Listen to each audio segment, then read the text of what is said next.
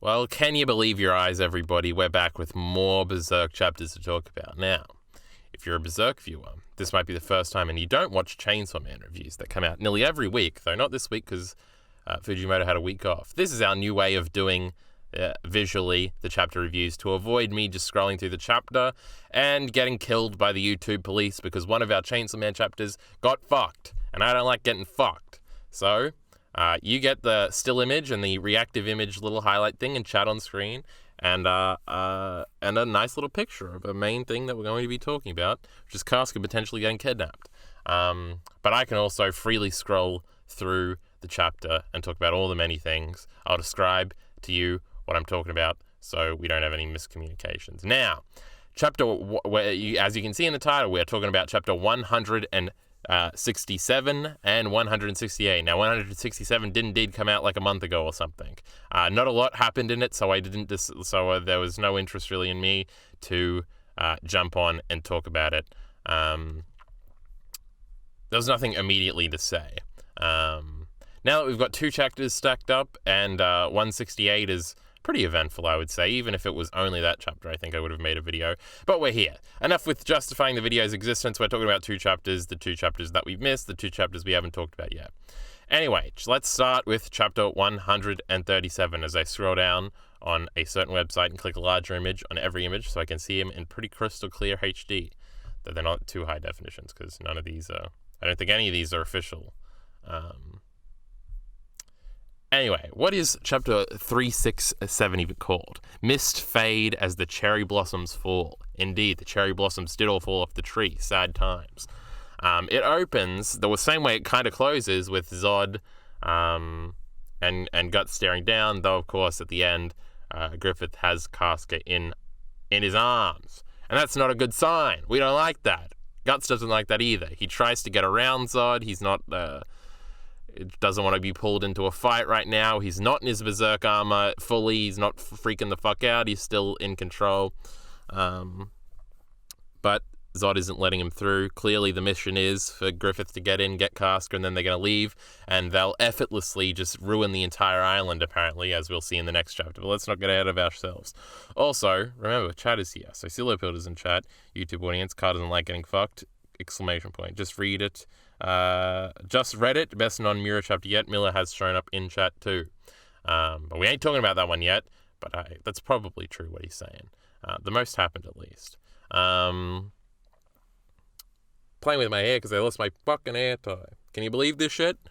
We get some character interactions here, which I actually really did like. It did feel very Mura authentic. I don't know if he would have had like manuscripts for their little talk here. Written down somewhere. It's possible but that these types of character interactions that were more emboldened, I would say, probably after the Tower of Conviction, might have been like an assistant's idea, so they're coming through with the spirit of them, or some shit like that. Again, we don't know the behind the scenes makeup of whatever the fuck's going on here. The point is, these little character interactions between Isidro and Isma felt very Berserk, and that's good, especially since we're now soldiering on without Mura in charge. All this stuff was cute. Isidro's being Isidro, Isma's being Isma.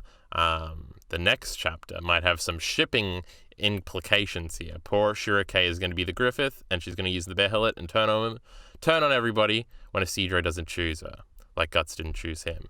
That Guts prick chose Casca. Can you believe it? The betrayal. He deserves what he got. They're all chilling, and then Danan falls to her knees. She's all fucked up, and this is basically the situation she's been left in. Now, I'm pretty sure she's going to be the one to save Roderick, because Roderick seems like he's in some shit right now. But our boy Roderick, he's with Azan and Magnifico. They're not going out. They're long-term characters. God, and then Roderick says Farnese at the end. I didn't get my Farnese and Roderick sex scene under the waterfall that I wanted while Elfhelm was still peaceful. If Mura was still alive, he would have done it, goddammit.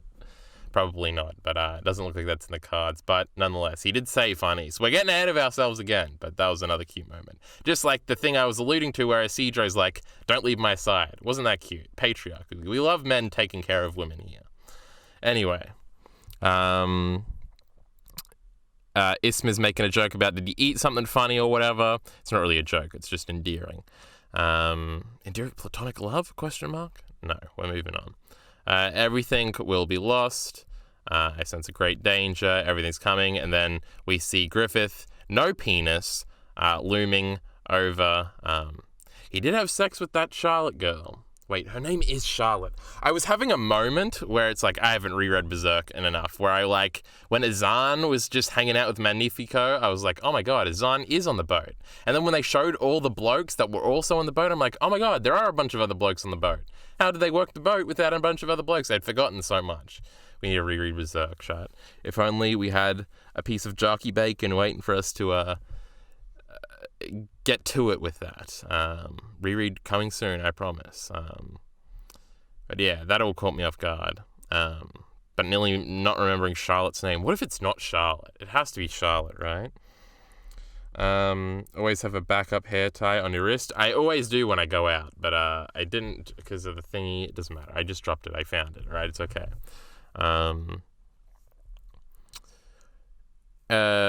We got Griffith looming overhead with no penis. We've got charging guts.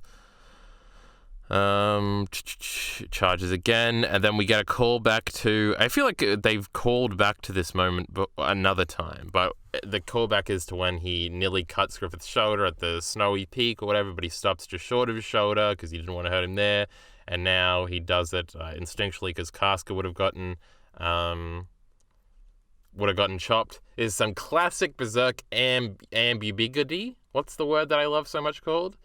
That's always in action, ambiguity.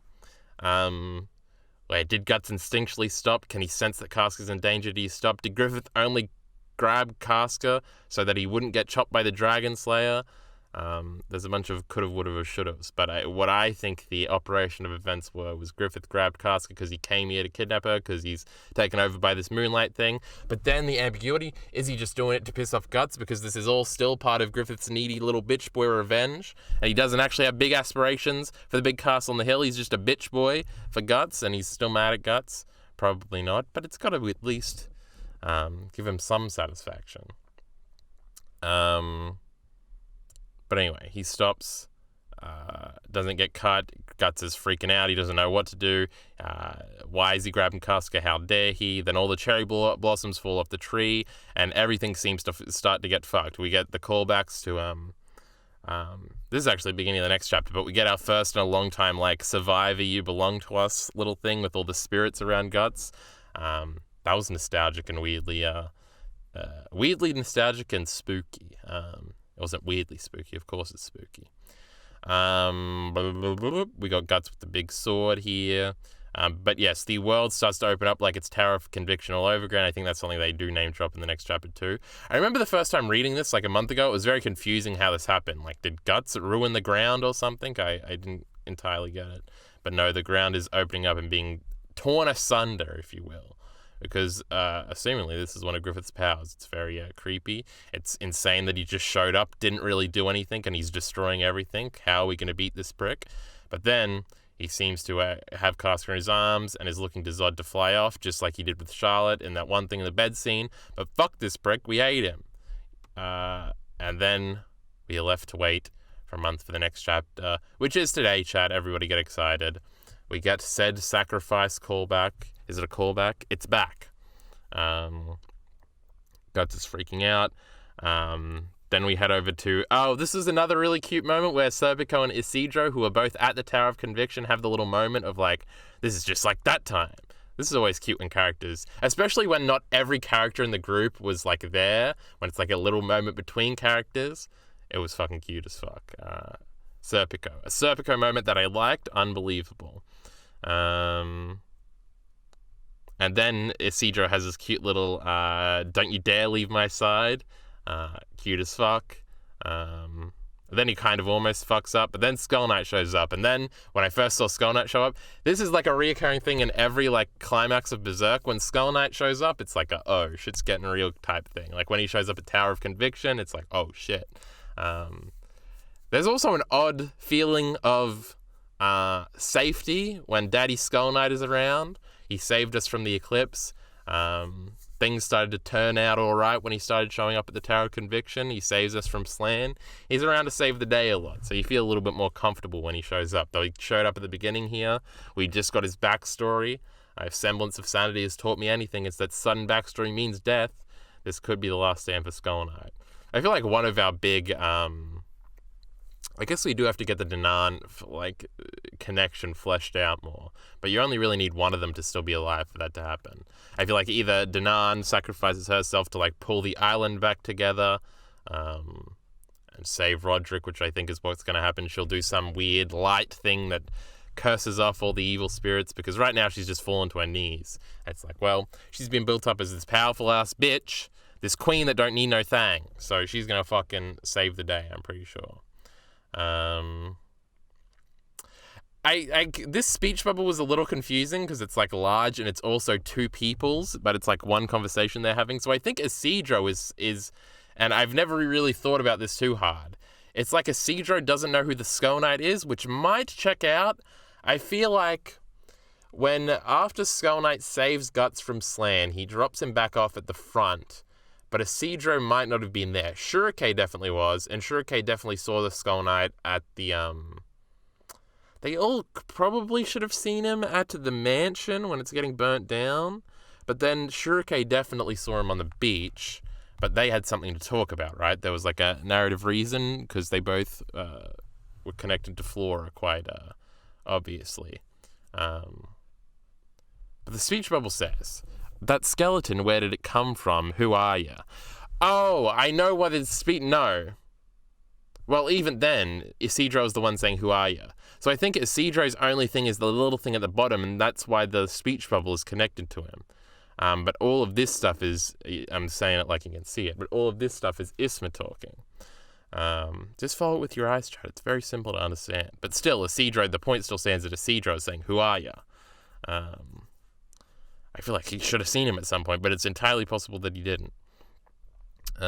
We also get an interesting monologue here from Skull Knight, but I'll look at chat before that. Todd hasn't said shit all. They're just listening to me give my masterclass here on Berserk lore and analytical knowledge.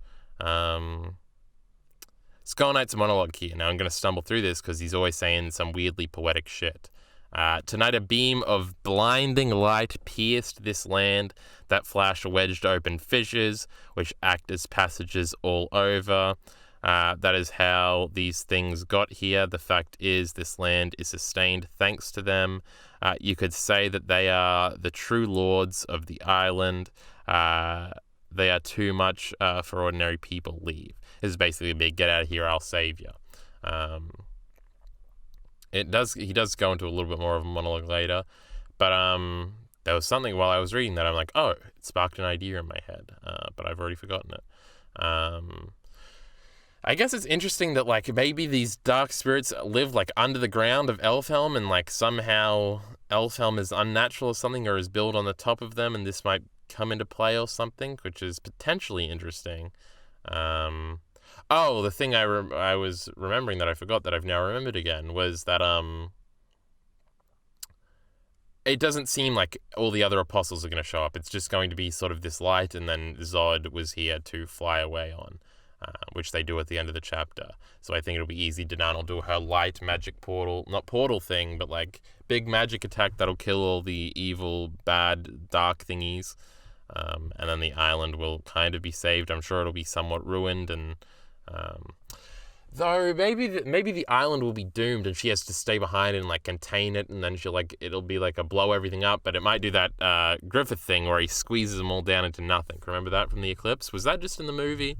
I don't remember. I feel like that was in the manga too. Some way maybe Elfhelm gets destroyed because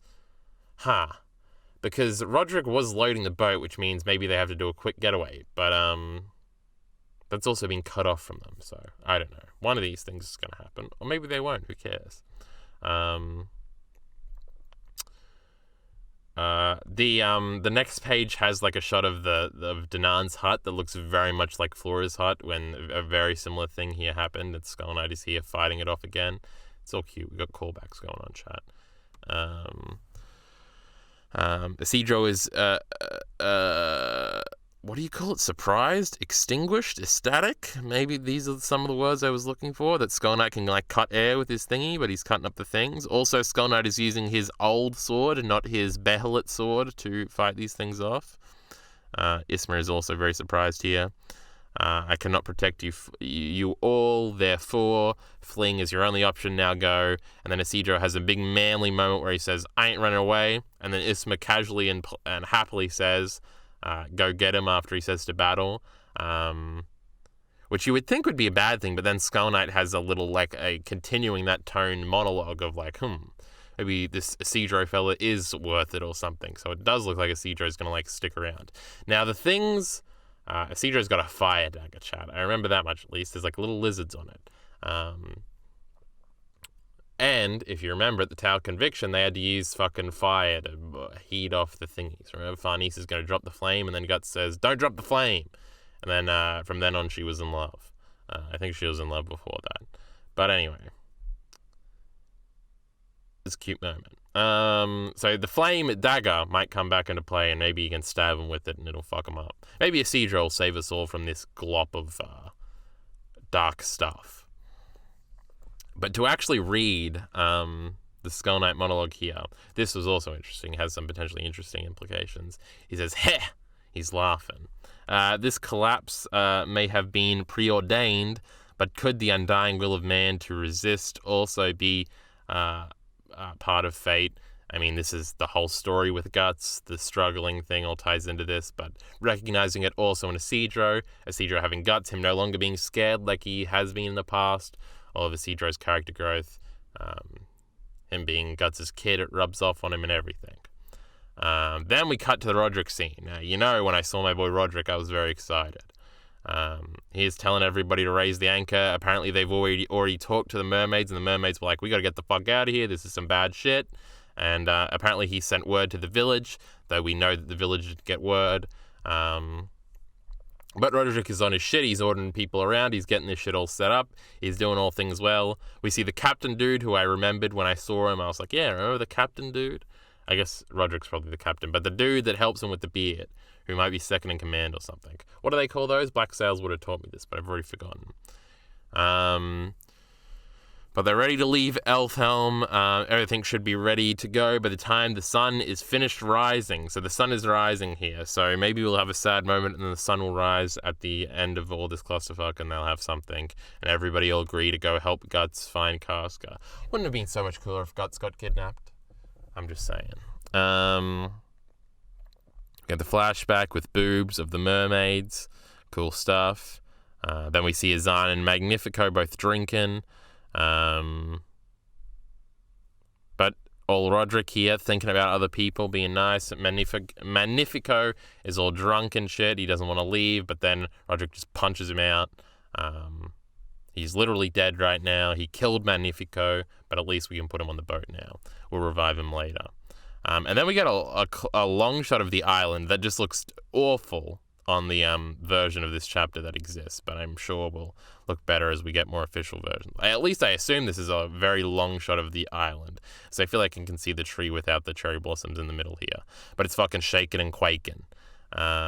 This is obviously the moment where the dark spirits pop up. All the fish are jumping out of the sea. It's a cool visual. I feel like I've seen that in other things also. It's one of these Berserk little panels here that I wanted to see what it is, but I got to zoom in by opening it. I honestly can't tell. Oh, I think it's the brazier falling over, the torch. Okay. He's telling people to get away from the edge. There's one bloke who sees the darkness coming. They're going over the cool little stone things that were there when they first got to Elfhelm. And then they start touching him. Bad idea. Roderick says, no, don't touch him. We see this dude's skin being ripped off his skeleton. We see his goddamn skeleton. It's spooky. Everybody's shocked. The thing is closing in.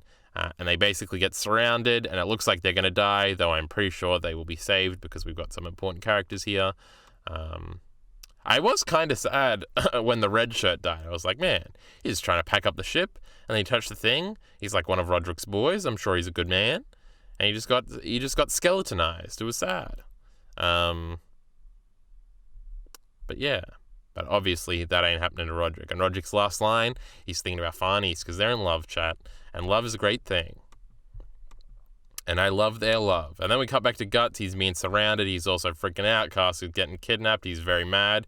And then he just sees Zod flying off. He gets the dramatic shot of Griffith looking back. Casca in his arms on top of Zod's fucking paw here. Not cool. Not okay. Guts some more freaking out faces.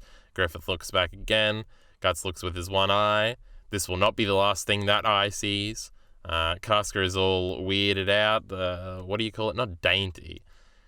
She's looking a little out of it right now. She doesn't entirely understand what's going on. And then Zod flies up into the World Tree, and they're going to be gone. And then we cut to Puck, who was flying around, I remember, a few chapters ago, seeing all the destruction of the island and everything's falling apart. He says, "What in the world is happening?" And then he sees the no cherry blossoms. And he looks scared, and it's an ominous sight for the chapter to end on. And endless darkness swallows everything. True. Not cool. And that's where we end our chapter.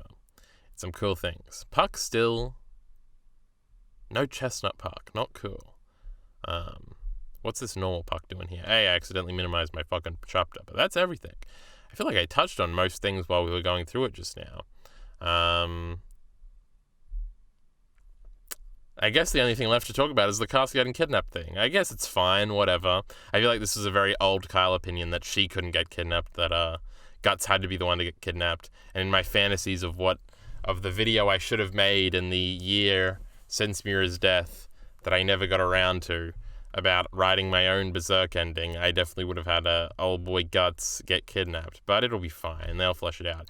An interesting thing will be, I assume when Casca goes back... And maybe she'll, like, be hanging out with the princess or something. I guess Casca's a way by exposition that everybody could find out that Griffith is a rapist, and then they won't like him very much. I'm very curious if we'll ever get a moment where like, the news is broken to Charlotte. I feel like it's Charlotte. It's got to be Charlotte. Like about Griffith, and I feel like her character is being built up to have that moment, and then she would like turn on him or whatever, or fall out of his like spell of being very in love with Griffith. Then maybe she'll turn crazy and like fight to the death for him or something. Though she's always been characterized as like saying a good girl. Sounds wrong, but that's what she's been characterized as. She's never been let in on the joke. Like, Sonya's kind of been let in on the maybe Griffith isn't too good, but I also predict her turning on him too. But I also predict Zod turning on him too. Probably not. The Zod thing is less likely. But yeah. I'm just wondering, like, I feel like this has happened in something I've seen before. Where, like, woman doesn't realize man has wronged her. And she's, like, Casca would live under this false sense of, like, happiness where she's back at Elfhelm, like, cooking dishes or something. Cooking dishes? I think you clean dishes and I guess you cook dishes. Or some shit. And, like, she'll have, like, a mind break or something. Or, Griffith only becomes the Moonlight Child once a month, right? I don't know. The dynamic there will be interesting. I don't think she'll be in, like, a cage. And then Guts has to run up and save her like a ordinary damsel. Yeah, it'll be interesting to see where we go. There really is infinite directions. Like she doesn't seem to get any trauma when she sees Griffith. Though when she walks, maybe she'll always be in that weird state whenever he's around. Like, obviously in Falconia, they're not really seeing, like, the monsters. The monsters are in their little dome thing doing little fights. Man, Guts could have got kidnapped. He could have got thrown into the fighting pit to fight the one that bit his arm off. God, that was the greatest idea I ever had. And he'd have to beat him, not without his armor or some shit. Because remember, Casca got the armor in my fan fiction? That was sick. We did get that whole opening bit of a chapter where it was like established Casca can still fight, so I assume that's got to come back somehow. I don't know, it'll be interesting. I feel like Chad has said some things now, so we can look back at them. Isma said everything, including the "Who are you?" Let's go back to this fucking thing, because it looks like it's kind of pointing to a Seadro at one point. Though I guess Isma is generally in that direction. But then this one also looks like it's pointing at a Seadro, but the thing in the text box is a Seadro, I bet he's a good guy. Which is another cute line of Isma, like, immediately, like, seeing through, don't judge a book by its cover, that idiom or whatever that means, but Isma immediately seeing through the cover and seeing the content of the character. That's a very Isma thing to do. Characters like Isma often do that. Now, what's a character like Isma? I can't think of one off the top of my head, so you're going to have to believe me. But I guess that works, that Isma is saying everything here. Which would probably mean that Isidro has seen Skull Knight before. I wonder if these dark things are connected to Morda and her master. It is interesting, because it is like coming out of the ground. I assume we will see all those characters again. Maybe they'll help repel it. I did always predict that Morda was a bad bitch in multiple ways, just like good girl means a bunch of things. And that she might turn or something, because she was being set up as a Shurikei rival of some sort. That doesn't seem to be happening either, because Griffith just fucking zooped out of here. I don't know, do they just leave Elfhelm? Where do they go? What's going on from here? Because they did say like 6 chapters and the Elfhelm shit is over. So I guess maybe we are getting on that fucking boat and riding the fuck out of here real quick. Maybe it's left ambiguous, like what happens to Danan and she comes back later, which wouldn't be leaving it ambiguous. That would just be a cliffhanger. But yeah, some interesting things afoot here in our old Berserk, discussions. Dante is in chat. I don't know if this is a first-time chatter. I was really hoping Big Wicker Man was going to spawn under the island and try and punch Zod. I mean, he's on fire, right? He might be able to help with these thingies, but yeah, Zod didn't really have any fights here. He just came in and zoomed out. Maybe Void's Eclipse happened on the island, and that's why there's so many black things underneath the island. That's possible, I guess. Though didn't Void's Eclipse happen well, I guess now it's Falconia, but in Windhelm? Oh my god, I'm forgetting the fucking names of the cities and everything, because there's that one thing in the tower, and then they drop down the thing and they see a bunch of the skulls down there, and then they say Geiseric and whatever. So that's probably where that happened. Dan, that's a cool theory, Miller. Ain't cool. I just disproved it in real time. Poor fish. They're probably very confused. Indeed. Now Miller's in chat saying, "Oh, you're right, everybody. Write this down in your books." Miller said I was right. Cool how the torch fell down, burning the grass, which is seeding how they'll get out of this. Oh, I guess, yeah, that's probably is why that was set up, right, huh? Maybe Danan isn't going to do some cool, powerful, magical trick. But yeah, that's probably how I do it. Dante, you're saying LO. I don't know, chat. Is there anything else to speak about before we stop? There was a bunch of cute little character moments. That was the thing I was most scared of with them continuing without Mura, if they would hit those things right. They've hit them competently enough. We haven't really seen any of their art in like really high quality, because again, these are weird leak thingies. And they're not the volume releases yet, obviously, but everything is going pretty well with the continuation here. I'm pretty happy. I've been a fan since your Attack on Titan YouTube days. Saw Berserk in the title and had to hop in. Clickbait works, everybody. Do we end the video, chat? Anything else to talk about? Let me think real quick. We could do predictions for days, right? I wonder how sad Guts is going to be, and he's going to have a little moping session, and they're all going to crowd around him and be like, "We love you, Guts. Let's go save her." And they'll all put their hands together and go, "On 3, 1, 2, 3, Guts Gang," or whatever their name is. RPG party. I can see that happening. But yes, Roderick definitely not going to die. It's really just cucking you out of the Casca Guts reunion, right? Because you think you're going to get it immediately when she wakes up, and then it doesn't happen, which is okay. She's got, like, trauma and stuff. It's kind of convenient that the trauma comes with Guts, but doesn't come with Griffith. but it is just like, I don't know, it might feel cheap or something to just be like, Lamau, you thought you were getting the moment, you actually have to wait another 100 chapters. I guess it'll make the moment eventually more rewarding, assuming there isn't. But I feel like the manga ends when they reunite. It's like doing the time skip, then they're all together meme. I'm sure we'll get a Guts Casca heart-to-heart moment. I'm sure it's coming. Who knows? This thing could go in a million different directions. Maybe Casca beats everybody up when she gets to Elfhelm because she's such a super soldier, and then she runs back to Guts. I don't know. We'll have to see. Greetings, fellow strugglers. Take care, Carl. Heart. We're not in stream yet. We're just in a YouTube video, potentially. Casca and Luca will be good, though. Luca. Oh, yes. Oh, we could get the...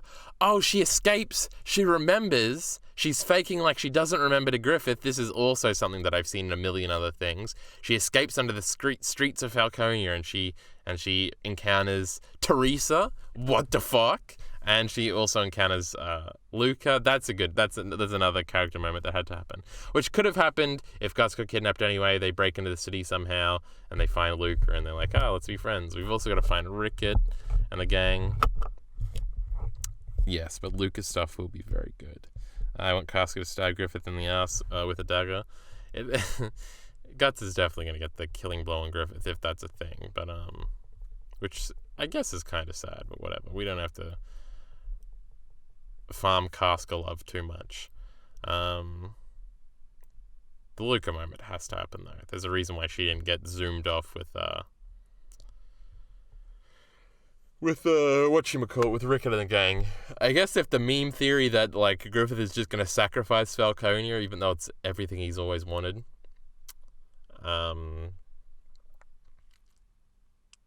What was I just saying? The Griffith theory where he's gonna sacrifice Falconia or something, and that's gonna be the final battle because he's gonna kill everybody, and that's why we have to stop him. In that case, Luca would have been left behind, so there's somebody in the city that we don't want to see sacrificed that we should fight for, especially since Rickett did, but whatever. I don't think that's happening, so. With that being said, I'm closing the chapters, though you can't see it. I think that's where we end it. I think that's the end of the video. Is Nina dead? I'm always confused. That, probably. Well, Nina and her boyfriend just head off by themselves, but because there's hydras and everything everywhere, she's probably dead? Though, probably not, right? Because if she's probably dead, then Jill's probably dead. And I don't think Jill is dead. I feel like that's not the ending for our character. So maybe at some point we'll catch up with Nina. They'll run into her bumbling around or some shit. We also don't know where Farnese's family is, and I assume they aren't dead. I had the idea when I was going to write the Berserk ending myself for them, they're holding up in Vitanis or something, and because Farnese's dad is such a competent bloke, he's holding it off from monsters and shit, but they're on their last leg, and then Casca with their Berserk armor and the gang shows up, and they help protect the town, and they reunite, and Farnese has the moment with her father. Maybe Nina and Jill and everybody could have been there, and there's some strongholds outside of Falconia, but they weren't going to last long, and then the whole thing, they join the army.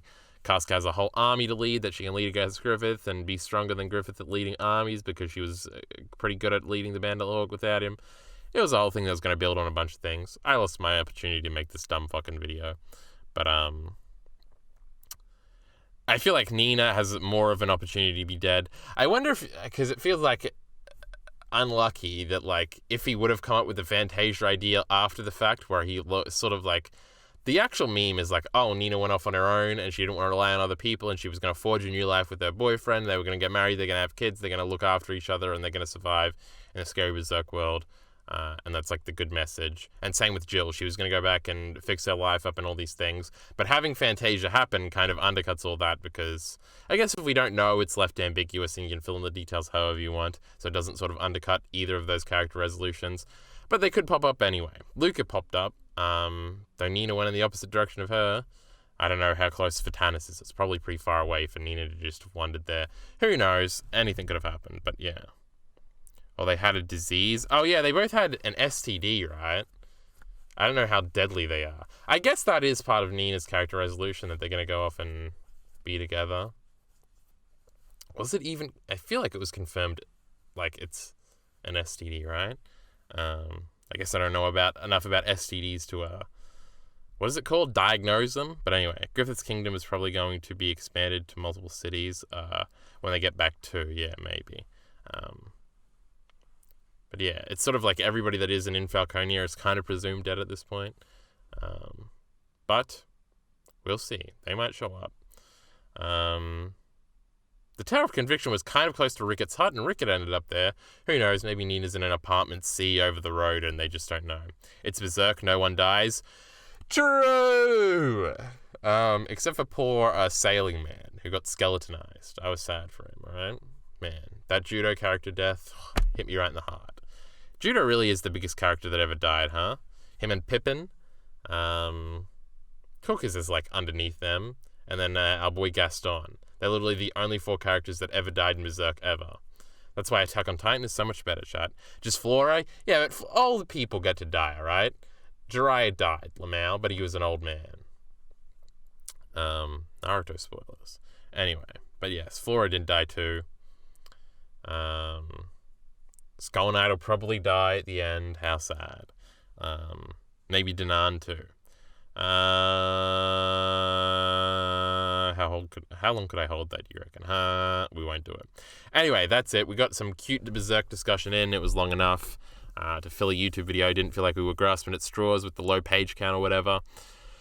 It looks like we might be back next month, since a lot of shit probably will happen, so it means we might do a video and not wait to stack 2 of them.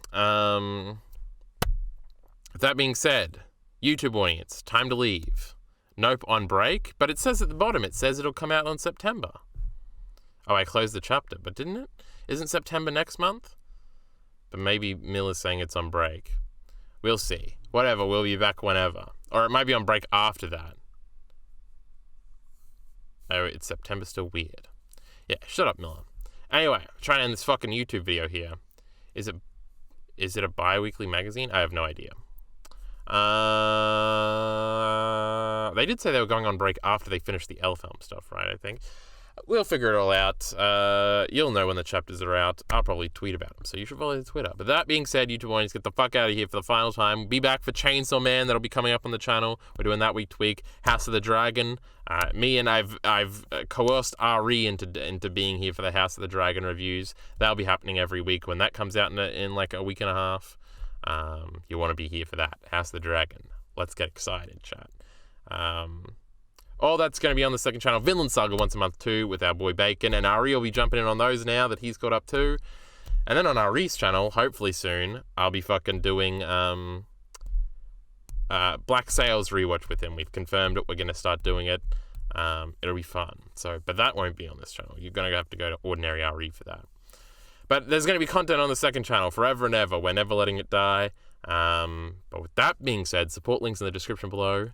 Thanks.